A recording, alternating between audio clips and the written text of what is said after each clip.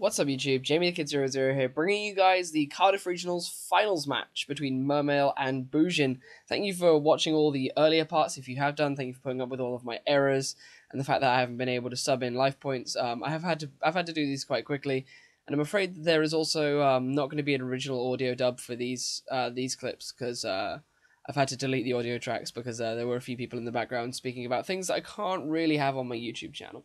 So I'm afraid there will be no original audio dubs for that. I am going to be going first in this match. I won the die roll, but I'm actually not going to have any plays to make. Those of you who saw the Mermail deck list that I actually played at the event, you'll see that my build is quite, I guess, reactive. It plays a lot of the Atlanteans, so it requires my opponent to have a lot of cards that I can pop for me to try and get my advantage. So going first for me is only so good depending on my hand. I always want to go first because it means I can actually set up, depending on what I have, set up my spheres and whatnot. But it is a bit of a problem, so I do have to look at my hand, which contains a lot of Atlanteans in this game, and I pass turn to my opponent who you've just seen draw. However, my opponent isn't going to open very strongly. As you'll see, most people would expect a Bujin player on their first turn to slam down a Tenki or a Yamato. But he's just going to set a monster and set 2 back row, which is perfect for me because I play 3 marksmen. However, my hand still isn't that fantastic against this field, and it really does require a bit of thought for what I want to go with. So I'm going to reveal the Megalo. It's just off shot, sadly. The cameraman does encourage me to push my stuff up, but I do forget during this match, so that's why I'm narrating.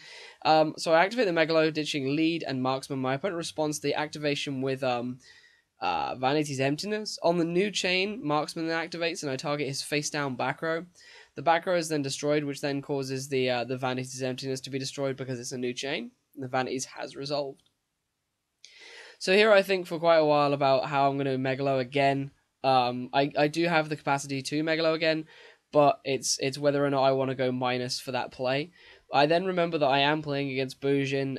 If I give Bujin another turn, they do have the chance to set up. And I was thinking that if that set card is any Bujin monster and he draws another Bujin monster, it could give him the Susanoo that he needs to make his plays live. So I summon Abyss Turge, discard an Atlantean Heavy Infantry from my hand to add the Marksman back to my hand, so that I can then activate the Megalo, sending another Infantry and the Marksman I added back to destroy his face-down monster, just in case it was something that I wasn't reading. And then I search for my sphere, which gives me a bit more recursion later on if my opponent is able to get past my field. At this point, I'm just going for damage because I want to end the game quickly. A, because I want to go home, because it's about 10:30 at this point. 10:30 at night. And B, because playing against Bujin, as I said, every extra turn that I give the opponent gives him another turn that he could set up a Bujin Beast Warrior and just take control of the game. So I swing twice with Megalo for 48 and pass turn to my opponent. So he's on 3,200. I set what I believe is the sphere and pass. So my opponent has drawn for his turn. He still needs to think about his plays. It's obvious that he still does not have the Tenki, Yamato, or Duality. So he's going to summon the Bujin equivalent. There's nothing I can really do about this. At this point, it's pretty clear he's got the Crane. There's no reason... Not the Crane. The Honest. There is no reason he would normal summon it if he didn't have the Honest. So he's going to attack me and then go into the damage step and drop the Honest, dealing me 1,600 points of damage. I believe I correct the life points incorrectly, and then I get corrected, but I don't understand why. I think I took myself down by 3k. By the damage I would have taken if that was a Crane, not if it was an Honest, because I had Crane on the mind, even though you can't Crane a Quillin. So I draw for my turn. I didn't use Sphere because I wanted to see what my draw was. I specifically remember that. It's good old James. It was James is the main reason you guys can't see an original audio of this, to be honest. Good old Manchester humour can't be on this video. So I activate my sphere in my turn, just because I really wanted to see my draw, just in case it gave me kind of some other dynamic to win the game. Like if I drew a Gund in my draw, it would basically win me the game. I don't draw a Gund, but I wanted to hold out for that. But I enter the battle phase and attack with the Lind, dealing 100 damage to myself. And special summoning a copy of Mermail Abyss Megalo, because my lead is in the graveyard that I discarded on turn 1 for the first Megalo push. I then attack with that Megalo for 800, so it puts my opponent to a lovely 2,400 damage. And I'm actually going to set my draw, which was a game-winning card to say the least.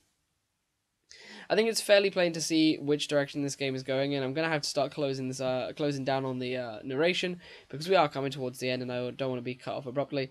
My opponent is just going to set 2 back row and set a monster again. I still have to consider that they might be live. I forget to send the sphere to the graveyard, but I am corrected. It doesn't really change. The game state anything. But I give it some thought. I'm trying to formulate if I have game over 2 live back row. I always like to consider my opponent's back row live so that I can consider whether or not I can survive both of them and still continue the game. So I attempt to summon my draw. I attempt to summon Atlantean Dragoons from my hand. My opponent responds with Solemn Warning, which puts him down to 400 life points, which gives me the basically the life point gap I needed to then activate my face-down copy of Abyss Squall and push to win the game, because I have an attacking Megalo, and I'm able to then go into Draco Sack, which basically means I don't lose to Mirror Force, and I'm able to take the game from there. Thank you guys for watching. I'll see you with part 2 in a minute.